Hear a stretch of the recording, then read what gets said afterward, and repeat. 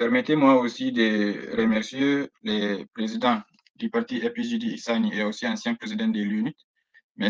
Haji Mansour Aladji Amani, pour sa précieuse contribution qu'il apporte à chaque fois pour notre bureau exécutif et aussi pour sa contribution à cet événement. Et surtout, sa présence témoigne ici de son engagement, n'est-ce pas, et de sa volonté de promouvoir l'éducation civique et aussi politique parmi les jeunes. Et nous sommes honorés, sincèrement, de bénéficier de son expertise en tant que diplomate aussi. Et nous sommes réunis pour discuter d'un sujet qui est très crucial aujourd'hui pour le Niger, l'éducation civique et politique des jeunes. Et parce que les jeunes, nous sommes l'avenir de notre pays, nous sommes les futurs dirigeants et les acteurs du changement de demain. Donc, il est de notre responsabilité de façonner un avenir meilleur pour notre pays, le Niger. En tant que nation en plein essor, a besoin de jeunes compétents, comme Monsieur le Président lui-même, Mansour Aladji Amani, conscient de l'importance de leur rôle dans la construction, n'est-ce pas, de notre pays, une construction juste et équitable.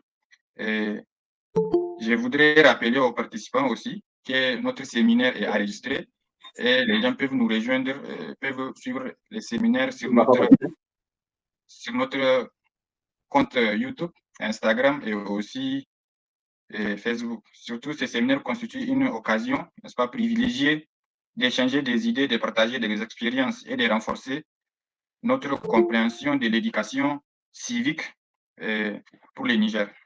Je remercie sincèrement tous les participants pour leur présence et leur intérêt pour cette importante question de l'éducation civique. Notre séminaire va se présenter en 2 ou 3 phases. D'abord, le président Mansour, le présentateur, va se présenter.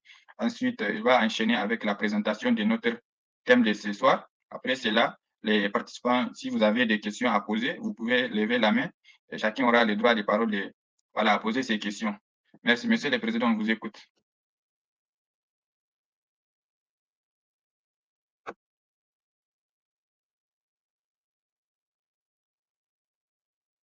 Président Mansour, est-ce que vous êtes là?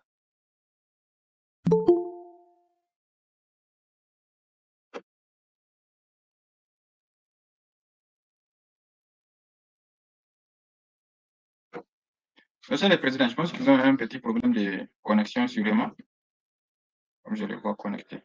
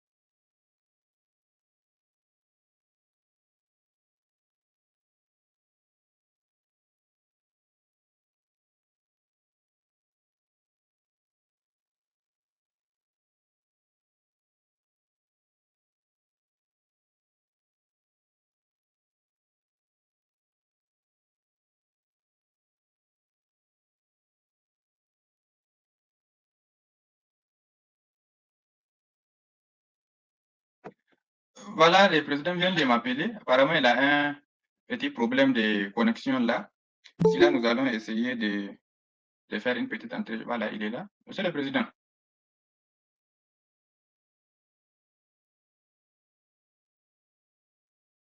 Bon, avant que les problèmes soient résolus, je vais faire une petite introduction. Vous savez, l'éducation civique et politique des jeunes au Niger est une importance capitale, d'abord pour le développement de notre nation, n'est-ce pas, comme pour les autres nations. Et je pense en tant que jeunes, nous sommes les acteurs du changement et les futurs dirigeants du pays. Il est donc essentiel que nous soyons, n'est-ce pas, bien formés et informés et engagés dans les affaires politiques de notre pays. Parce que l'éducation civique nous permet vraiment de comprendre nos droits et devoirs des citoyens, ainsi que les valeurs fondamentales de la démocratie elle-même, telles que la liberté, la justice, la tolérance. Et Et ensuite, l'éducation, quant à elle-même, nous initie au mécanisme du système politique de notre pays à en prendre davantage, surtout les enjeux nationaux et internationaux, et de développer un esprit critique pour prendre des décisions importantes aussi pour les futurs du pays. Il faut noter aussi qu'il est nécessaire de la rendre accessible à tous les jeunes Nigériens, quel que soit leur lieu de résidence, et raison pour laquelle nous avons jugé utile de choisir ces thèmes et pour réunir nos étudiants qui sont ici en Turquie et qu'ils apprennent davantage.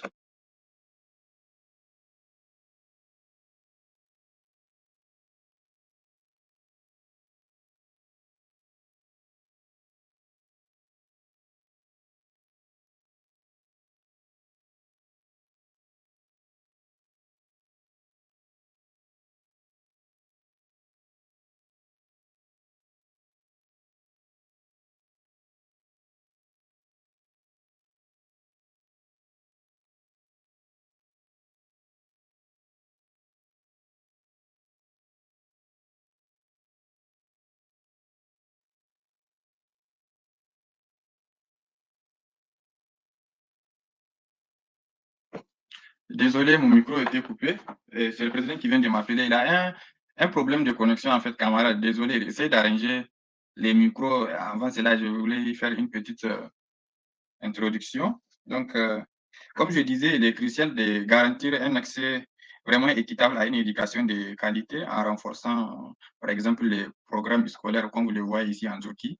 Et la politique, elle est partout, dans les écoles, dans les marchés, partout où vous partez, les gens parlent de la politique et les gens sont bien formés et surtout avec une éducation civique. Donc, il est très important de promouvoir cette éducation aussi en dehors du cadre scolaire. Et il faudrait prendre des initiatives telles que les débats publics, les formations et les échanges d'expériences. Par exemple, peuvent encourager à activer les jeunes dans la vie démocratique et active de notre pays, le Niger. Donc, il est primordial vraiment de favoriser cette participation réelle des jeunes dans les processus politiques de notre pays et surtout au niveau de prise de décision. Il est essentiel aussi de créer des espaces où les gens peuvent exprimer leur opinion, comme ces séminaires que nous venons d'organiser aujourd'hui, qui proposer des solutions et être écoutés, n'est-ce pas, et pris en compte dans les politiques publiques du Niger.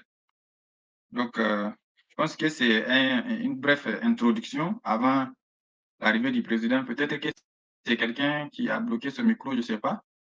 Euh, Vous me recevez, non moi? Oui, oui, oui. Le président de l'UNIT a commencé l'introduction. Comme il vient de mentionner, qu'on va diviser notre programme en 3 parties. Et la première partie, la présentation, deuxième partie, nous allons rentrer dans le contenu de notre thème.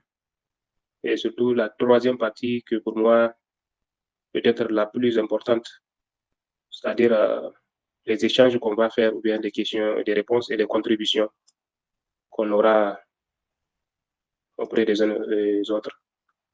Donc, rapidement, comme on a perdu 20 minutes dû à ce petit problème technique, j'aimerais, je ne sais pas, parler un peu de moi pour la présentation. Donc, Mansour El Amani, comme vous le savez, actuellement président du Parti Front Patriotique pour la Justice et le Développement.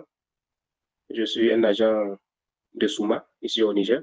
Pour ceux qui connaissent, c'est une société de construction qui a construit l'hôtel Radisson, l'aéroport et le ministère des Finances. Donc, j'étais le président de l'Union des étudiants nigériens en Turquie, 2014-2016, si je me rappelle bien, 2014-2015. En même temps, j'étais le président des étudiants africains au niveau de la Turquie aussi, pendant 3 ans, de 2013 jusqu'en 2016. Donc, vraiment, voilà donc ce que je peux dire concernant la petite présentation. Et je suis sûr peut-être au niveau de notre troisième partie, il y aura ceux qui auront des questions à me poser concernant moi et ma personnalité. Je suis ouvert, donc je peux répondre. Et la troisième partie que je disais que ça sera la partie essentielle et la partie la plus importante pour moi.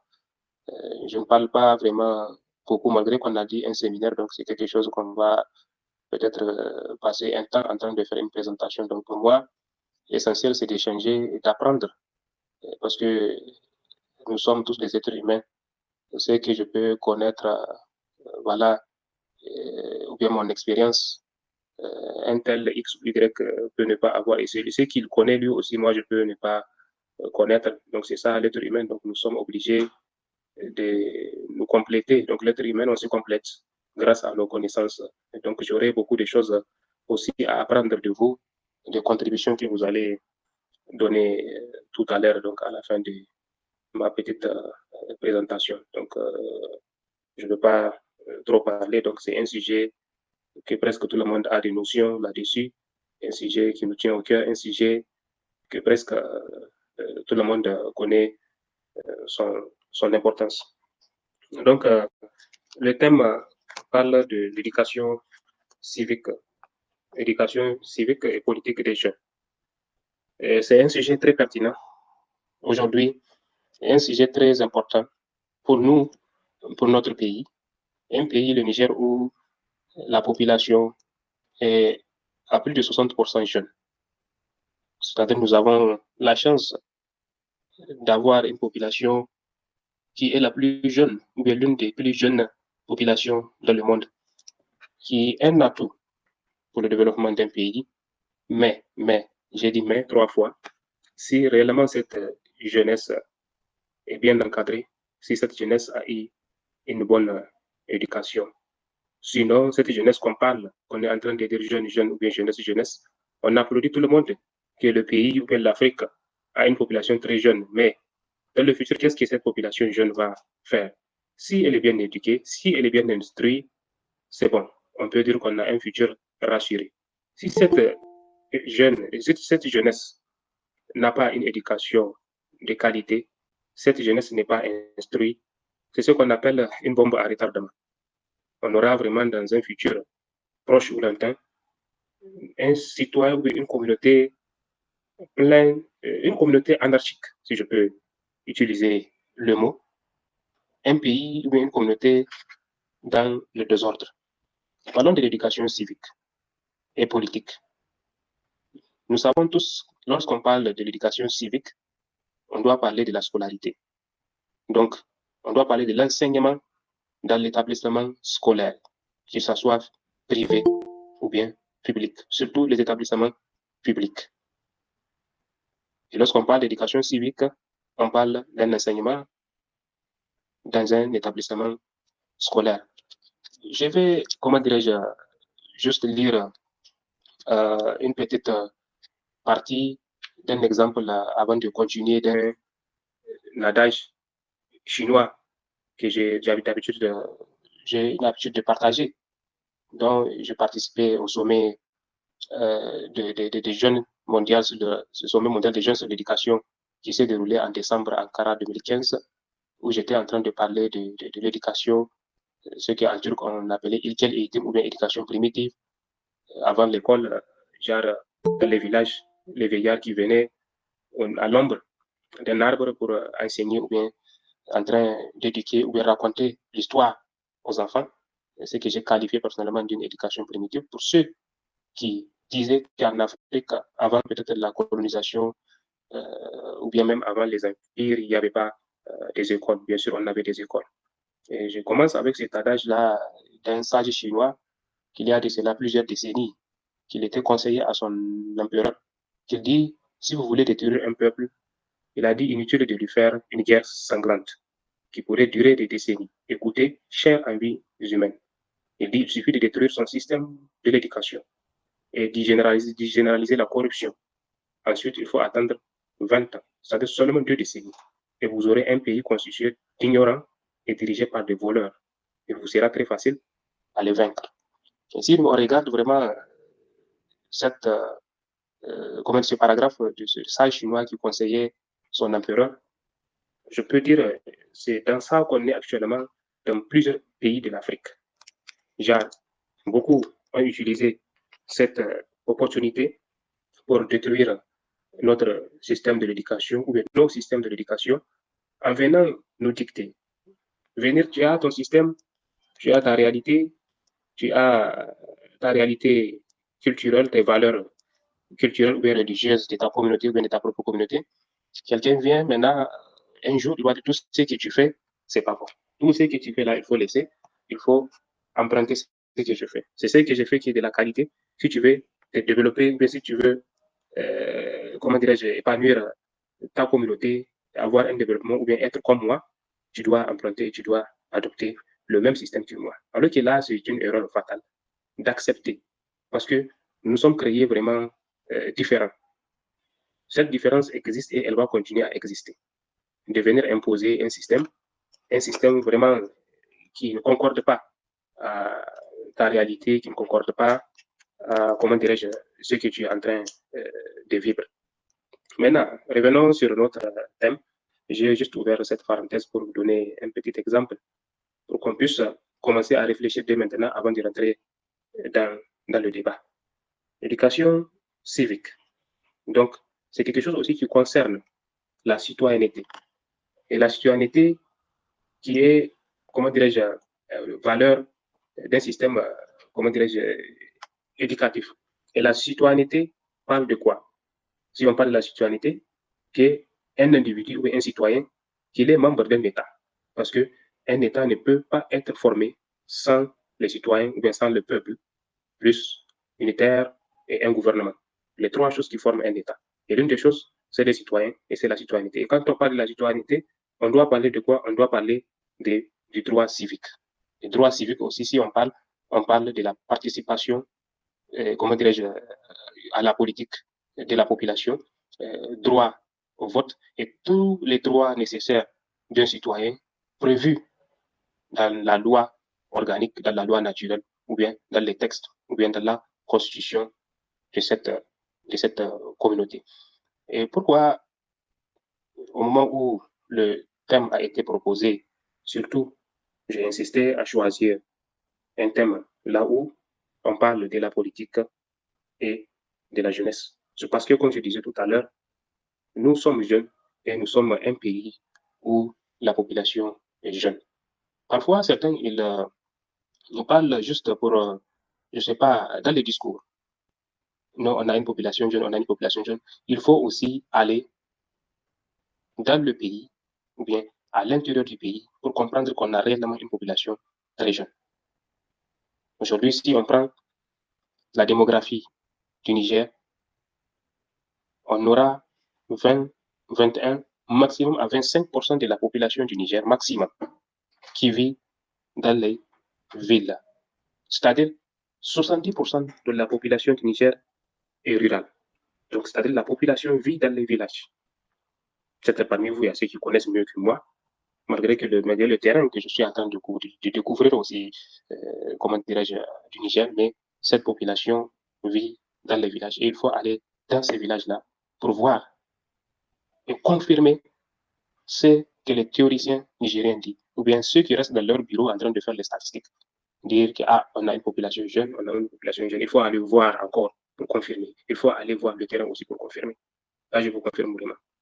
Et peut-être que c'est plus que les statistiques ou bien plus que les données que certains sont en train de donner ou bien de publier pour voir vraiment le concret. Et c'est un enjeu majeur pour le Niger et pour la population du Niger. Maintenant, je peux dire l'un des problèmes du Niger, ça sera lié parce que beaucoup, si on les demande, c'est quoi le problème principal du Niger? Parce qu'on parle du Niger, on parle de l'éducation civique et politique des jeunes, on parle au Niger, si je me rappelle bien, au niveau du sujet. L'un des majeurs problèmes, c'est le problème de l'éducation. Le problème de l'éducation. Et cette éducation, qui n'était pas une éducation de qualité. Et manque de cette éducation civique a conduit notre communauté dans une ignorance totale. Je me rappelle, si on dit éducation civique, je disais tout à l'heure enseignement dans l'établissement scolaire. On dit éducation civique, on dit scolaire. On dit éducation civique, on dit enseignement dans l'éducation de l'établissement scolaire. Mais aujourd'hui, cette éducation civique manque au Niger. Ça manque au Niger. Moi, je me rappelle, je ne sais pas, peut-être ceux qui sont venus après nous au niveau de l'école primaire, Je parle à partir des années 90, 12, 10, comment dirais-je, jusqu'en l'an 2000. Je ne sais pas après nous, mais jusqu'à ce qu'on est venu au niveau des classes de CE1, on avait une matière qui s'appelait éducation civique et morale qu'on faisait. Après, donc, on a appris. Maintenant, ce n'est plus d'actualité. Ils ont supprimé ça du système. Et ça a aidé beaucoup. Et si aujourd'hui nous voyons nos aînés, nos grands frères, nos parents, ils ont un niveau. Ils ont une notion du civisme de leur esprit. C'est grâce à cette éducation civique qu'ils en ont eu, ou bien éducation civique et morale qu'ils ont vue au niveau de l'école, au niveau de leur établissement, qui les a poussés à réfléchir et agir pour le développement de leur pays. Et malheureusement, aujourd'hui, ça n'existe pas. Et pour ça, donc, il y aura peut-être ce débat-là après, pour voir donc pourquoi le gouvernement nigérien ou bien les autorités ont accepté de supprimer cette éducation civique au niveau du système scolaire au Niger. Et nous allons parler, ou bien nous sommes en train de parler des problèmes majeurs. Mais aussi, lorsqu'on parle des problèmes, il faut aussi suggérer une solution. Et nous n'allons pas quitter ou nous n'allons pas se quitter sans parler de cette suggestion ou bien cette proposition qu'on va faire de nous-mêmes, voir ce qu'on peut faire pour l'amélioration et le développement de notre communauté ou le développement de notre pays. Donc, on parle des droits civiques. Les droits civiques, la vie est partie des droits civiques. Pourquoi on doit parler de ça? J'ai parlé de ça tout à l'heure et je reviens là-dessus. C'est parce qu'aujourd'hui, nous sommes dans le système que vous connaissez tous, de la démocratie. Et qui dit démocratie, donc, je ne suis pas là pour vous dicter ou bien rappeler de la définition de la démocratie. Donc, chacun a droit au vote. Et chacun a droit à tout ce qui est prévu par la loi, comme je disais tout à l'heure. Et maintenant, au Niger, le manque de ce civisme que je disais qu'il est en train de freiner, qu'il est en train de freiner notre développement, qui est lié à l'éducation. C'est lié à l'éducation. Et quand on regarde la mentalité et l'esprit de Nigériens, surtout nous, ou bien nous qui avons eu la chance de voir un autre pays en dehors du Niger, on est très, très différent, on sera différent de celui qui n'a jamais quitté là où il est, qui n'a jamais quitté même sa ville ou bien son village pour aller dans un autre village découvrir une autre communauté de son pays, on sera toujours différent. Et ce manque de civisme fait partie de l'une des choses qui freinent le développement de notre pays. L'exemple qu'on peut prendre au niveau de l'administration publique, on prend l'exemple aussi au niveau de la communauté ou bien dans la vie quotidienne des Nigériens. Je me rappelle, j'étais avec un étranger qui est venu, on a pris cette personne-là de l'aéroport de Hamani pour venir au niveau du centre-ville. On était dans un véhicule, on prenait la voie express. Et voilà, donc c'est la voie que les minibus empruntent, aussi certains taxis et certains usagers comment dirais-je, de motos. Et on était en train de rouler, donc on discutait du développement. Et le gars, il a vu un acte qu'il a dépassé. Et quelqu'un en train de conduire dans son véhicule, voilà, donc il mangeait une banane, donc il jette au niveau de la voie express. Et encore 5 minutes après, 15 minutes après, les clients ou bien les passagers du minibus qu'on appelle Fava, donc quelqu'un aussi a pris son pied à water et l'a jeté. Donc, ils sont en train de jeter des ordures au niveau de la voie express. J'ai dit, président, je veux te dire une chose. Vous êtes en train de lutter pour le développement de votre pays. Il dit, c'est vrai, ce que vous êtes en train de faire, c'est bon. Il dit, ça vous reste beaucoup. Ça vous reste, il dit, pourquoi? Il dit, seulement les 2 actes que je vois actuellement. Vous avez une communauté très difficile. Quelqu'un qui va faire cet acte-là, il dit, c'est difficile de lui expliquer comment il va protéger son environnement. Et là, l'exemple était là aussi. Quelqu'un avait fait le même acte. Alors qu'il y a des femmes et des jeunes qui étaient en train de balayer le goudron ou bien les voiries. Et il jette quelque chose, quelqu'un de parle, il dit, ah, ce qu'il a expliqué, c'est comme si l'acte qu'il a fait, il a raison. Il a jeté, on l'a dit, non, pourquoi tu as jeté? Il dit, ah, mais ceux-là ceux qui sont en train de balayer, les agents de la mairie, sur quoi notre travail? Si je ne jette pas, est-ce qu'ils vont travailler ou bien est-ce qu'ils vont avoir un boulot? Donc, imaginez maintenant quelqu'un qui réfléchit ainsi, sincèrement. Lui, voilà, donc, ça veut dire qu'il a jeté, il a raison. Et c'est le fait de jeter les ordures au niveau de la route ou bien de la voie, comment lui, il voit qu'il est en train même d'aider certains à avoir un travail. Et là, vraiment, ça lui a aussi dépassé d'entendre cet exemple. Et voilà, on était en train de parler, donc, comment résoudre ce problème. Il faut revenir, c'est le problème de l'éducation. Il faut revenir dans le système de l'éducation et insérer le programme de l'instruction civique. Aussi, il faut, parce qu'on a une population, la majorité qui n'a pas été à l'école. Et l'une des solutions, il faut aussi instaurer un système civique obligatoire, pour ne pas dire un système service militaire obligatoire. Il faut qu'on dise service civique obligatoire pour tous les citoyens. Ceux qui sont actuellement en Turquie, ils voient que c'est une obligation pour chaque citoyen d'aller faire, comment dirais-je, askerlik, ce qu'ils disent askerlik en Turquie. Tu es obligé. Lorsque tu ne fais pas, tu refuses de le faire, il y a beaucoup, ou il y aura beaucoup de droits, parce que c'est un devoir que tu dois faire, donc tu vas perdre beaucoup de droits, et tu n'auras pas accès à beaucoup de choses, tu n'auras pas beaucoup de privilèges au sein de l'État. Et c'est ce genre vraiment des programmes, des systèmes qui nous manquent. Et aussi, l'un des problèmes aussi, c'est de rester dans l'ancien système qui a été dicté depuis les années de l'indépendance par le colon, et qu'on n'a pas pu changer ce système, on n'a pas amélioré ce même système. J'étais enseignant au niveau de l'école de la musique turque pendant 2 ans. J'ai enseigné anglais et la langue turque.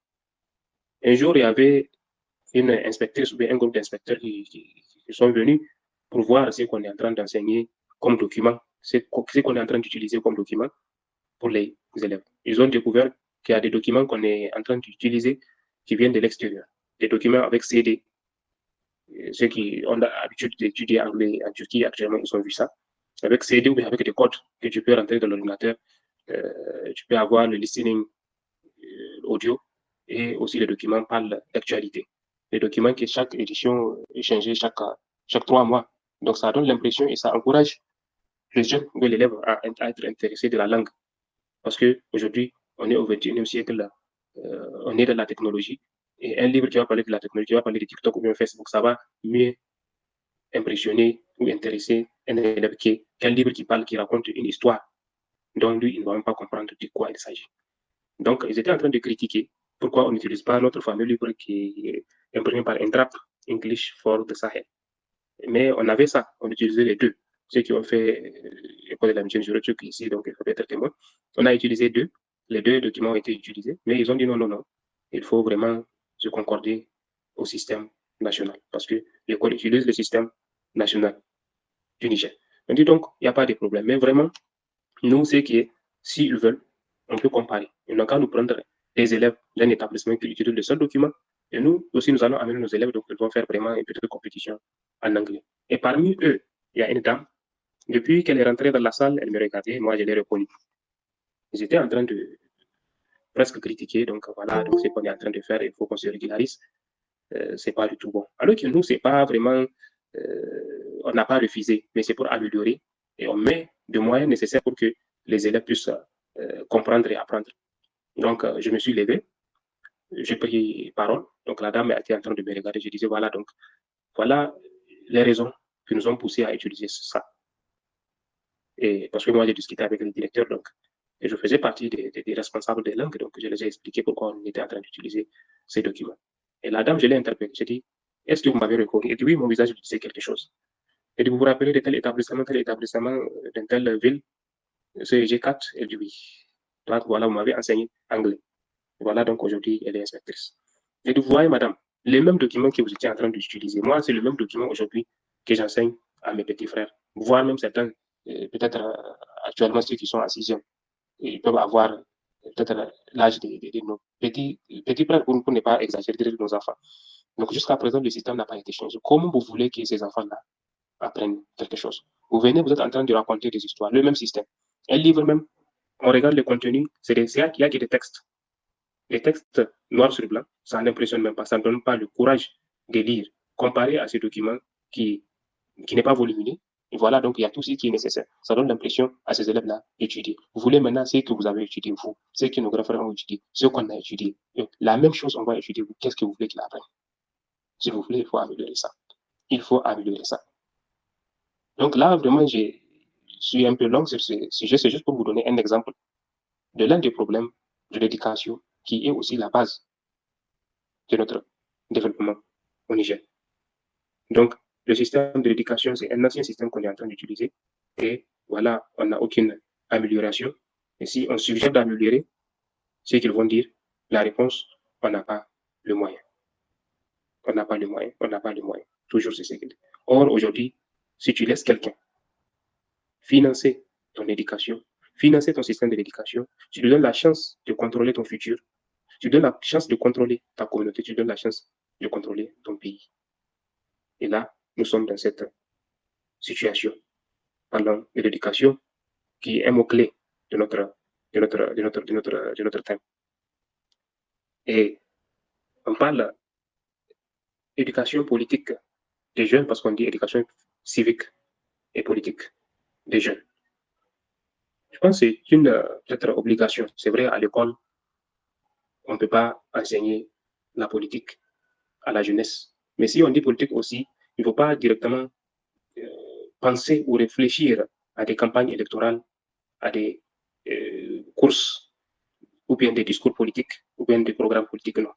Si on dit politique, le mot politique en français, si beaucoup comprennent anglais parmi vous, il y a ce qu'on appelle politics, il y a ce qu'on appelle policy.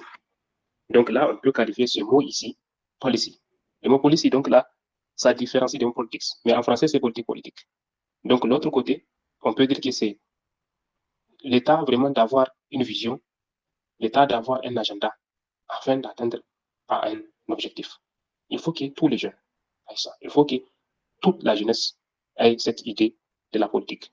Je souligne bien, on ne parle pas ici uniquement de la politique qu'on fait sur le terrain, la politique d'aller battre campagne, la politique d'aller défendre une idéologie d'un parti politique, mais la politique pour fixer vraiment un objectif, pour avoir une vision, pour avoir un agenda, croire à cet agenda-là et mettre dans sa tête qu'il va atteindre à son objectif un jour et de ne pas abandonner.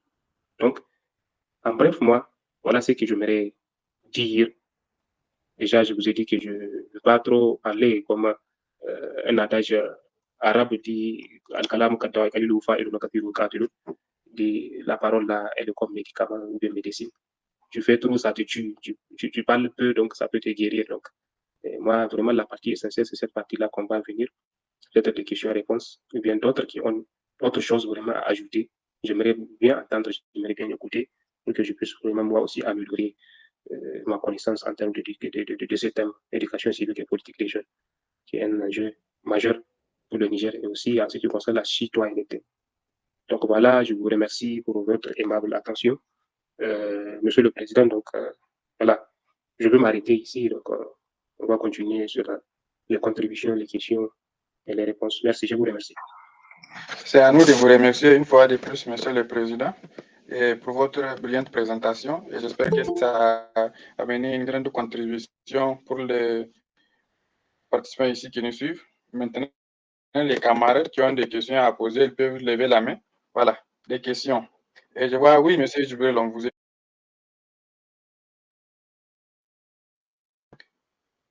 Très bien. Oui. Salam alaikum, bonsoir tout le monde. Permettez-moi de me présenter avant de rentrer dans le vif du sujet. Je suis Djibril Abdrahman Boukaï, ancien président des étudiants et stagiaires nigériens au Sénégal. Et je tiens également à féliciter et encourager le bureau des étudiants nigériens en Turquie qui a pris l'initiative d'organiser cette assise virtuelle sur un thème qui nous concerne et qui doit nous concerner. Un thème qu'on doit en principe considérer comme étant une priorité, une obligation pour tout Nigérien, afin de créer un mécanisme qui va nous permettre vraiment d'avoir l'amour de notre chère patrie. Et après ces remerciements et ces mots de bienvenue à toutes et à tous, je tiens également à dire que je suis intervenu un peu en retard. Je viens de rentrer sur la plateforme. Et il s'est avéré qu'au moment où je suis venu, le président Mansour a pratiquement fini son exposé. À cela ne tient, je l'ai trouvé en train de parler sur le système éducatif de notre pays, qui malheureusement n'est pas contrôlé par le gouvernement, par notre État. Effectivement, comme le dit un célèbre philosophe, pour conquérir un pays, il faut contrôler son système. Pour détruire un pays, il faut contrôler son système éducatif. Et malheureusement, jusqu'à présent, le Niger, notre cher pays, se trouve dans cette impasse. Ça me souvient que vers les années 2008, 9, 10, il y a une initiative qui a été entreprise dans la sous-région pour essayer de financer l'éducation, les niveaux primaires et les niveaux secondaires de tous les pays de la sous-région par des investisseurs français. Et parmi ces pays de la sous-région, il n'y a que le Sénégal et la Côte d'Ivoire qui ont dit net qu'ils considèrent l'éducation comme étant une souveraineté du pays. Par conséquent, ils ne vont pas accepter à ce que des investisseurs viennent investir et aussi imposer les programmes qui doivent être étudiés au niveau secondaire et au niveau primaire. Quand même, ils peuvent toutefois permettre à ces investisseurs d'attaquer les niveaux supérieurs parce qu'on considère que dès lors que la personne arrive à avoir son bac, si vraiment il a bien fait les niveaux primaires et secondaires, il a des bases acquises, des bases assez conséquentes qui peuvent lui permettre vraiment de ne pas se perdre. Malheureusement, le Niger et tous les autres pays ont accepté cela. Et c'est ce qui fait qu'aujourd'hui, il vous souviendra que même les leçons de morale, on ne les enseigne plus au primaire. Et c'est vraiment dommage parce que c'est quelque chose qui va très malheureusement nous rattraper dans le futur et ça aura des très graves conséquences. Aujourd'hui, le président Bazoum, il dit que l'éducation, c'est sa priorité. En réalité, je suis tout à fait d'accord avec lui de dire que l'éducation, c'est une priorité. Mais qu'est-ce qu'on doit véritablement attaquer dans ce système éducatif pour trouver des solutions qui vont permettre à ce que ce système-là puisse s'épanouir? Ce ne sont pas les salles, je suis d'accord, c'est un élément, ce sont des éléments aussi clés et importants, mais il faut essayer de voir la pédagogie et surtout les systèmes dans son fond. Comment est-ce que le système est en train d'être enseigné, est en train d'être exécuté? C'est là où aujourd'hui on doit vraiment poser un certain nombre de questions et trouver des solutions endogènes. Parce que, comme on l'a dit, tout ce qui est fait pour vous, sans vous et contre vous, il nous faut des solutions endogènes, des solutions qui sont prises par nous-mêmes, en fonction du contexte, en fonction de nos réalités, et en fonction également de nos besoins. C'est à partir de ces moments qu'on va vraiment parler du civisme. Parce que le civisme, c'est vrai, ça commence à la maison, mais l'école, l'éducation doit jouer un rôle très prépondérant pour la formation du civisme des citoyens. Et très malheureusement, l'école nigérienne aujourd'hui, elle n'a aucune initiative qui consiste à former ces élèves-là pour avoir l'amour de la patrie. Et c'est très dommage. Tout à l'heure, le président a dit, dès que vous évoquiez les questions aux plus hautes autorités, leur seule réponse, leur seule excuse, c'est de dire qu'il n'y a pas d'argent, qu'il n'y a pas d'argent. Mais quel pays, bon sang, quel pays aujourd'hui il a l'argent comme ça, basse manquée, de telle sorte qu'aujourd'hui on peut faire tout ce qu'on veut. Il faut réfléchir, il faut avoir des idées. On a assez de potentiel. Aujourd'hui, qu'est-ce que le Niger n'a pas en termes de ressources, en termes de ressources minières? Qu'est-ce qu'on n'en a pas?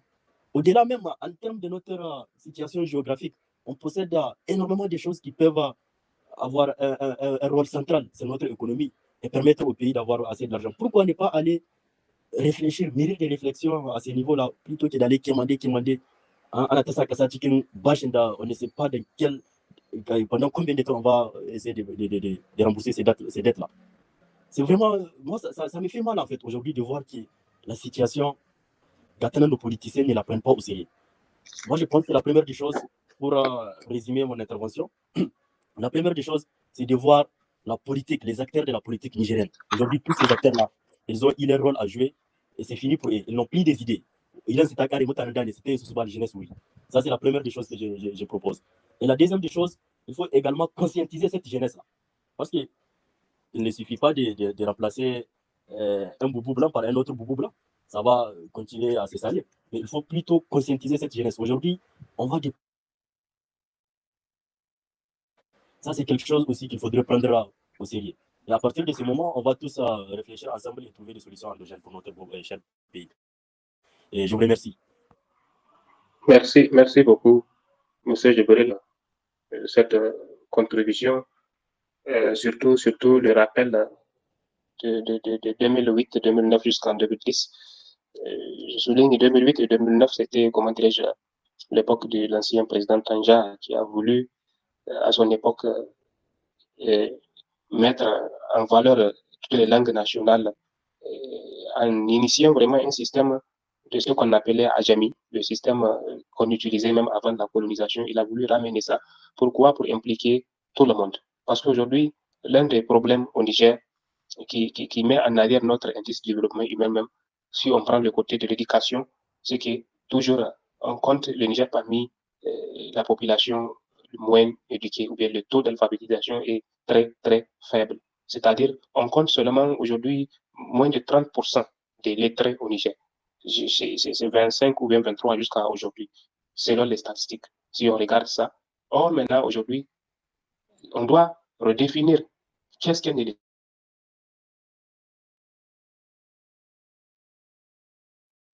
Et écrire la langue française, malheureusement. Mais si on regarde les statistiques, c'est eux seulement qui ont été comptés. Or, au Niger, on prend dans la communauté, il y a de nombreux Nigériens qui comprennent et savent lire et écrire l'arabe. Par exemple, les oulémas, qui n'ont pas été comptés. Les malams, ceux qui écrivent même le Coran par cœur. Comment on va qualifier cette personne d'illettrée? Ça veut dire qu'il ne sait ni lire ni écrire. Donc, il faut préciser ni lire ni écrire la langue française. Ils ne sont pas dans les statistiques. Ça, c'est un. J'ai été interpellé la semaine dernière, par exemple, pour ceux qui suivent ma page Facebook que j'ai publiée en français, et beaucoup de Nigériens, je ne parle pas des Nigériens, qui sont localisés à Tawa, Maradi, Zender, qui me suivent, ils disent qu'ils ne comprennent rien de ce que je raconte en français. Pourquoi pas parler parfois en langue nationale, par exemple, précisément Hausa qui savent lire et écrire. J'ai essayé, j'ai testé, j'ai fait juste une publication en langue Hausa. Il fallait voir et j'ai comparé personnellement, parce que j'ai même pris un peu du temps. J'ai fait deux mêmes publications en texte français et en Hausa. Et j'ai vu maintenant, ça a plus attiré des gens qui commentaient, qui lisaient en Hausa que ceux de la langue française. Et que beaucoup d'entre eux se retrouvent maintenant. Ils disent que maintenant, ils comprennent les messages, ils comprennent maintenant ce qu'on est en train de dire. Maintenant, c'est cette négligence de ces personnes-là. Ceux qui parlent tamashek, lire et écrire, ceux qui peuvent parler zarma, lire et écrire, ceux qui parlent fulful, lire et écrire, ceux qui parlent Hausa, lire et écrire, arabe, ils ne sont pas comptés. Aujourd'hui, s'ils sont comptés, si on met dans les statistiques notre taux d'alphabétisation, on peut atteindre jusqu'à 50 ou plus de 50%. Sincèrement. Et donc, il a voulu vraiment faire de ça sa priorité. Malheureusement, le coup d'État de 2010, moi, je faisais partie de ceux qui ont commencé à être formés parmi ceux qui devront participer au niveau de ces programmes-là. Et M. Djibril a bien parlé du programme du président de la République actuelle qui met accent sur l'éducation. L'éducation, c'est sa priorité. L'éducation, c'est sa priorité. Oui, mais c'est pas seulement la lutte contre les classes en paillotte qui va améliorer notre système de l'éducation. Nous, je me rappelle, moi, jusqu'en CE1, j'ai étudié dans une classe en paillotte et ça ne m'a pas empêché d'arriver là où je suis. Et aussi mes amis qu'on a étudié ensemble avec eux. Et donc là, l'importance, l'essentiel, c'est le contenu vraiment. C'est le système, c'est dû au système. Et même eux, ils ont étudié dans les classes en paillotte. C'est vrai, il y a des risques aujourd'hui d'incendie, etc. Et actuellement, dans la lutte qu'on est en train de faire, il y a plus de classes en paillotte au Niger que les classes construites actuellement. Parce que je vous disais tout à l'heure que la population du Niger est à 70% rurale. Les écoles dans les villages sont des écoles en paillotte et sont les plus nombreux. Donc, si on regarde les statistiques, ils peuvent être les plus nombreux si on regarde les pourcentages. Et aussi, le problème de la langue aujourd'hui, c'est un problème majeur du système de l'éducation au Niger. Parce qu'aujourd'hui, les élèves ou bien les enfants n'ont pas les mêmes capacités que la capacité de nos grands frères ou bien nous-mêmes ou bien de nos parents. Aujourd'hui, les enfants, vraiment, leur esprit est ailleurs. Et le problème de la langue, prenons l'exemple de la langue française. Nous avons commencé à apprendre même les alphabets français. C'est à partir de quand tu es 1, si je me rappelle qu'on commence. C'est juste l'initiation à la lecture. On commence l'alphabet français. C'est ensuite qu'on va commencer à découvrir l'alphabet français. Et en même temps, parallèlement, On fait histoire en français, géographie en français, sciences en français, mathématiques en français. Comment on veut que l'élève comprenne? Donc, ça veut dire qu'on va aller juste. L'enfant est là en train de mémoriser juste pour écrire. Il va avoir 10 sur 10. Mais il n'a rien compris. En réalité, il n'a rien retenu. Ça, c'est un problème majeur. Ça, c'est un problème qu'on discute. Aujourd'hui, on ne discute même pas sur ce problème-là. L'essentiel, ce n'est pas avoir 10 sur 10 ou 20 sur 20. Non. L'essentiel de l'éducation, c'est de comprendre. On ne comprend pas. L'enfant va se rendre compte maintenant, c'est une fois au lycée, même ce qu'il a étudié à l'école primaire, qu'il va commencer à comprendre. Ah, à l'école primaire, moi, c'est ce que la dame ou bien le monsieur m'a enseigné, malheureusement. Donc, merci, M. Gibril, pour cette contribution. Je pense qu'on va limiter, pour ceux qui ont des contributions à interprétation, on va limiter ça à un maximum une minute et demie, parce qu'il y a le temps qui est contre nous. Et je sais qu'il y aura beaucoup qui veulent interpréter, qui veulent intervenir, et il y aura beaucoup qui auront des questions à poser. Merci beaucoup. Voilà, merci. Nous allons continuer avec Ismaël et ensuite Abdou Salam. Donc, vous avez 2 minutes pour poser des questions. On va commencer avec M. Ismaël d'abord. Merci. Assalamu alaikum, mes chers frères et sœurs. Au commencement était la parole. Permettez-moi que je m'introduise au nom de Ismaël Amadou Sabo, étudiant en Turquie. Monsieur le Président, nous tenons à vous adresser nos plus vifs remerciements pour votre présence aujourd'hui et votre brève présentation. Nous en sommes reconnaissants. Monsieur le Président, j'ai 2 questions à vous poser. La première était de savoir quelle est votre priorité absolue dans cette politique de l'éducation de notre cher pays. Ensuite, la seconde question est, Monsieur le Président, parlons du développement. Comme l'une des lettres de votre parti parle de développement. Tout le monde sait qu'au Niger, aujourd'hui, Monsieur le Président, si on parle du développement, il y a un secteur primaire inévitable. Ce secteur-là, aujourd'hui, est confronté à de sérieux problèmes. Bon, bien que vous avez fait un peu les tours des villages dans le pays, vous-même, vous avez constaté cela. Monsieur le Président, ma question est de savoir quelles sont vos ambitions pour ce secteur-là. Ce secteur-là, il s'agit du secteur de l'agriculture, parce qu'aucun pays ne peut se développer sans ce secteur-là. Je vous remercie, Monsieur le Président.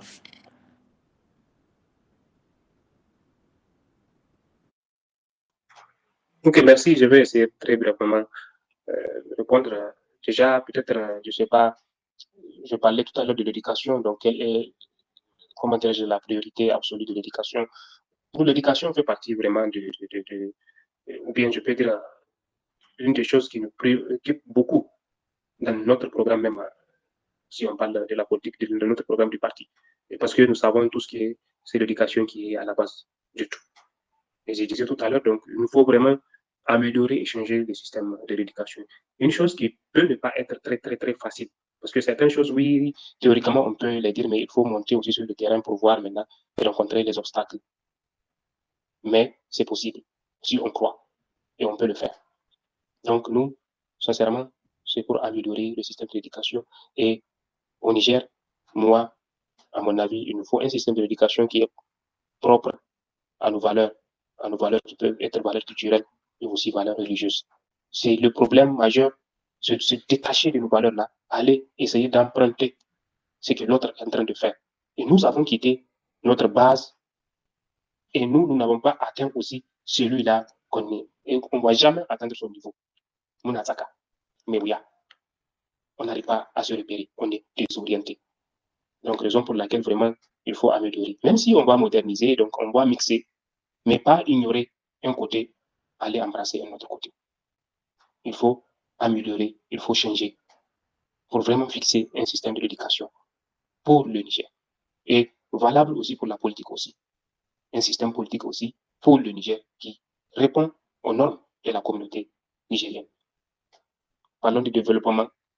Par exemple, si vous regardez le programme que j'ai même l'occasion d'écrire pour le parti, de rédiger, vous allez voir même au niveau des ministères qu'on a cités, on a dit ministère du développement communautaire, que c'est un ministère qui va regrouper, par exemple, ministère de l'agriculture, ministère de l'élevage, ministère de l'environnement, tout ce qui. Donc voilà, l'agriculture, nous savons, c'est la principale activité de l'économie du Niger. Tout ce qu'on raconte, pétrole, uranium, or, je ne sais pas, charbon, phosphate, il faut être secondaire. Mais l'agriculture, c'est la base. Et sans se rendre compte aujourd'hui au Niger, beaucoup de choses sont négligées, beaucoup de productions sont négligées. Aujourd'hui, moi, j'ai suivi ces dernières semaines les statistiques de la FAO même. J'ai découvert que le Niger même, c'est le 10e pays en Afrique au niveau de la production de pastèques. Beaucoup vont dire que non, c'est pas ça, alors que c'est ça, c'est la vérité. Et aujourd'hui, si on valorise ça, le Niger peut être 5e, pour ne pas exagérer 7e. Je pense qu'on néglige beaucoup.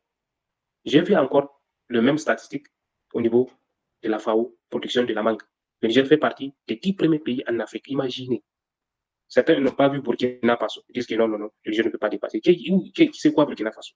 La production de la région de Tillabéri unique peut dépasser la production du Burkina Faso. Alors que toute la région du fleuve produit ça, plus la région de Maradi et Zander. Juste un exemple. Ça aussi, c'est négligé. Et là, c'est 2 ou bien des exemples parmi tant d'autres. Le mil, le sorgho, qu'on néglige aujourd'hui.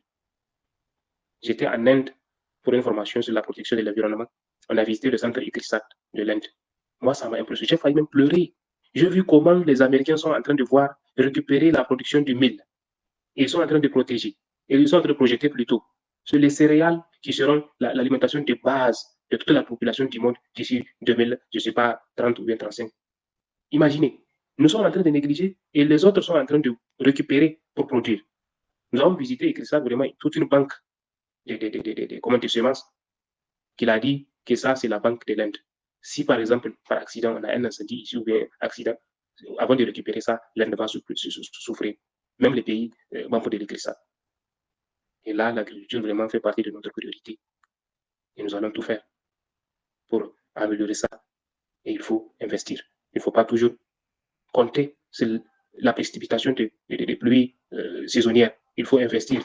Le Niger est riche en nappes souterraines, en eau. Le Niger fait partie des premiers pays. Le Niger, ça me roi teki, ça Niger tout comme l'essentiel, c'est de mettre de l'argent, investir et produire. On peut être le premier pays en Afrique. Là, je suis convaincu. Donc voilà, merci beaucoup. Merci, Monsieur le Président. Abdou Salam. Bonsoir tout le monde. Bonsoir tout le monde. Bonsoir, Monsieur le conférencier. Donc, nous vous en sommes reconnaissants pour votre explication, pour votre présentation. Et là, vous avez malheureusement limité le temps. Sinon, nous allions commenter vraiment pendant un moment, mais quand même, on va sortir. On va essayer de limiter notre intervention. Vraiment, vous avez quand même parlé de tout. Je pense que vous avez un peu touché de manière générale le système, donc le problème qui gangrène notre société, notamment le système éducatif. Moi, je pense déjà que notre système, parce que personnellement, moi, j'ai été victime d'un système éducatif parce que certainement maintenant, j'étudie en Turquie, mais du primaire jusqu'au master, j'avais étudié à l'université au Niger. Donc, je connais vraiment le système éducatif, que ce soit le primaire, le collège, le lycée, jusqu'à les universités. Donc, je connais le système. Vraiment, je n'ai pas de choses à ça. Donc, je pense que le système en général, c'est qu'il y a une inéquité d'abord. Il y a une inéquité, comme je l'ai dit. Le système éducatif est vieillissant. Si je dis vieillissant, vous l'avez déjà mentionné que les enseignants ne font pas une mise à jour. Le système éducatif vraiment n'essaye pas de mettre à jour. Le gouvernement n'essaie pas de mettre à jour le système éducatif et ça, c'est vraiment regrettable, vu que comment les progrès que nous observons maintenant du monde, surtout du point de vue technologique, on ne peut pas vraiment se contenter à développer notre pays, vraiment société-là. Et véritablement, ce système éducatif, si je regarde aujourd'hui le budget qui a été alloué à ce système, vraiment, c'est regrettable et c'est inimaginable. Pour un pays comme le Niger, qui n'a rien, personnellement, qui est le pays, bon, en termes de position, l'indice de IDH, et le dernier, je ne pense pas en allouant un tel pourcentage et un tel budget, ça pourrait vraiment suffire. Parce que vous avez dit que notre population vit en grande majorité en village, donc avec vraiment ce budget, c'est impossible. Et surtout si l'on s'en tient à nos ressources minières comme le pétrole, parce que moi, je suis du domaine du pétrole, j'ai étudié mines et pétrole jusqu'au master à l'université. Je sais de quoi est-ce que je parle. Je sais que ces domaines-là peuvent vraiment permettre à ce que des investissements conséquents soient mis à la disposition de l'éducation. Mais malheureusement, au vu de la corruption que j'ai été témoin, parce que j'ai été sur le terrain aussi, j'avais travaillé au niveau de la CNPC, malheureusement. Donc, avec toutes ces choses-là, c'est impossible vraiment d'imaginer qu'il y aurait un jour donc un progrès donc dans le système éducatif. Vous avez déjà dit que le gouvernement dit toujours qu'il n'y a pas de l'argent, c'est vraiment nous n'avons pas assez d'argent pour financer, alors que nous avons des ressources minières, nous avons des capacités, des terres arables, par exemple, pour mettre en évidence, pour mettre en valeur, afin d'amorcer notre système éducatif. Je pense que vraiment ça, c'est un point clé pour penser à l'éducation. vraiment, je ne veux pas trop parler, mais il y a aussi un côté qui me tient à cœur parce qu'il faudrait vraiment l'attaquer. Nous enregistrons de plus en plus une démographie galopante au niveau du Niger. Ça, c'est clair, parce que moi, je suis ici d'une famille, je suis des Indiens, et nous sommes vraiment témoins, nous voyons comment la démographie vraiment est galopante à ce niveau. Mon père, personnellement, je ne veux pas trop parler, mais c'est quelqu'un qui a beaucoup d'enfants, donc j'en suis vraiment, il faut vraiment attaquer cette partie, parce qu'il ne s'agit pas de trop, comment je vais dire, produire, mais il faut savoir aussi recadrer ses enfants, parce que tu peux mettre au monde, par exemple, plusieurs enfants, mais si tu ne peux pas leur donner une éducation équitable, mais c'est impossible. Là aussi, tu es en train de créer une bombe à retardement, comme on l'a dit, donc il va falloir vraiment repenser à ça. Moi, je sais pourquoi parfois je suis d'accord avec, je suis musulman, hein, je suis d'accord avec le président quand il dit qu'il faut vraiment attaquer cette partie, parce que vraiment, il faut savoir recadrer la population. Cette démographie, vraiment, il faut l'attaquer. C'est vraiment un point important. Merci.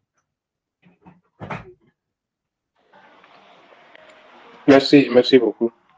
Merci, M. Abdou Salam, pour cette contribution du système de l'éducation et de la démographie aussi. C'est un facteur, ça peut être aussi un autre sujet dont je peux peut-être suggérer au bureau de l'UNIT, secrétariat chargé à cet exposé-là, donc de réfléchir un jour, comment dirais-je, organiser un autre séminaire qui va parler de la démographie au Niger, parce que c'est un sujet vraiment, si on dit on va rentrer là-dessus, donc ça va aussi nous prendre, c'est notre séminaire donc à part, donc c'est vraiment un sujet très pertinent.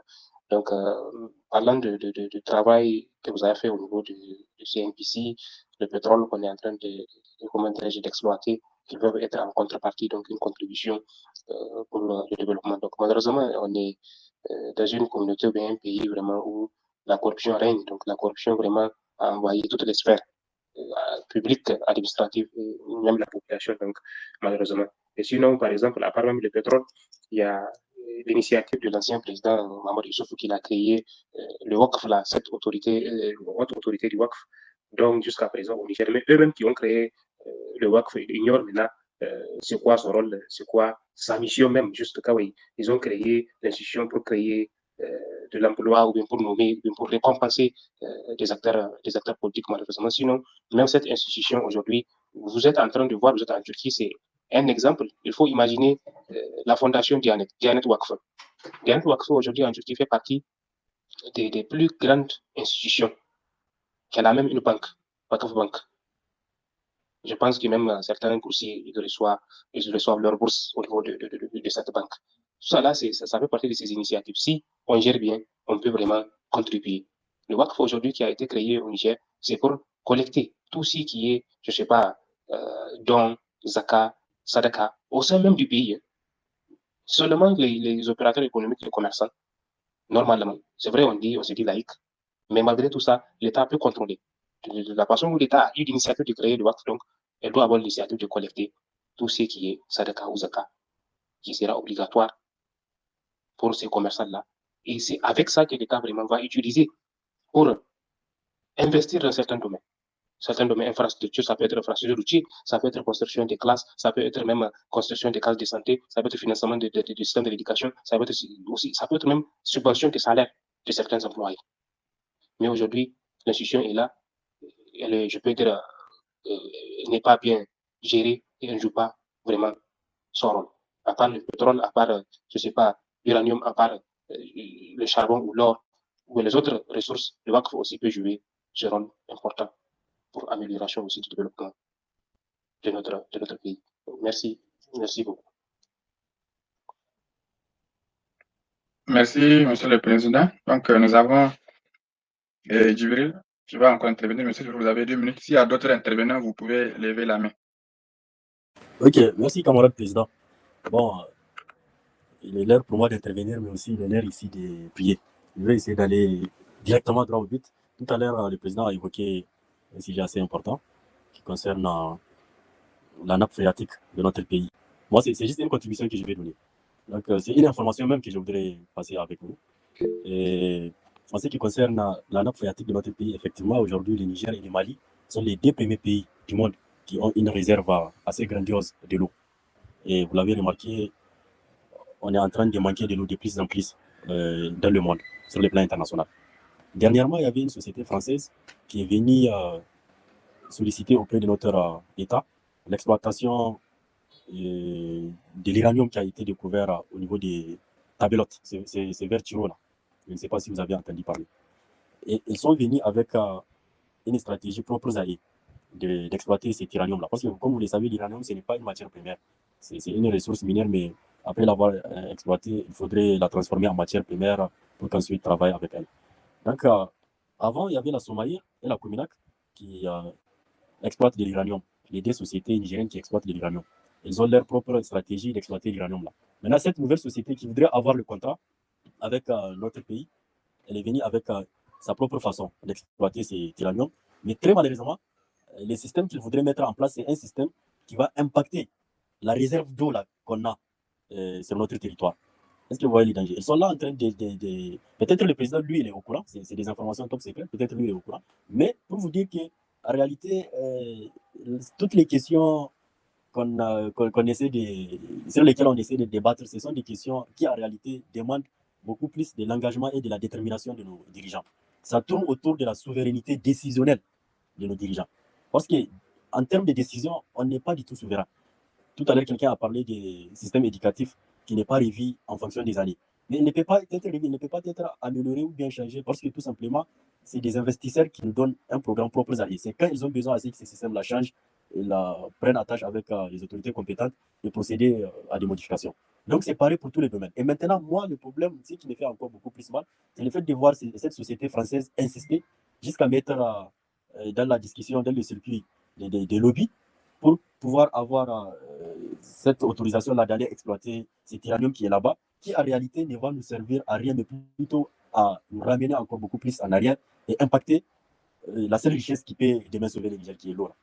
Donc, vous voyez, c'est vraiment très dommage. C'est sur ça que je voudrais intervenir et merci beaucoup pour la conférence et passez une bonne soirée. Salam alaikum. Merci. Salam. On a d'autres intervenants. Si vous avez des questions à poser, chers camarades, levez la main. Sinon, nous allons essayer de clôturer les séminaires comme il est déjà l'heure de la prière aussi. Mais je pense qu'il y a beaucoup qui ont des questions à poser. Nous allons essayer d'organiser un autre séminaire. Et la suggestion de notre camarade aussi, Abdussalam Ibrahim, est prise en compte. Monsieur le Président, nous allons essayer d'organiser un autre séminaire, Inch'Allah. Nous allons vous inviter et merci beaucoup pour votre contribution. Merci beaucoup. Donc, je pense qu'on est à la fin, non? Et merci de m'avoir invité et merci aussi pour votre aimable attention. Donc, je peux dire à la prochaine fois. Donc. Merci et bonne soirée.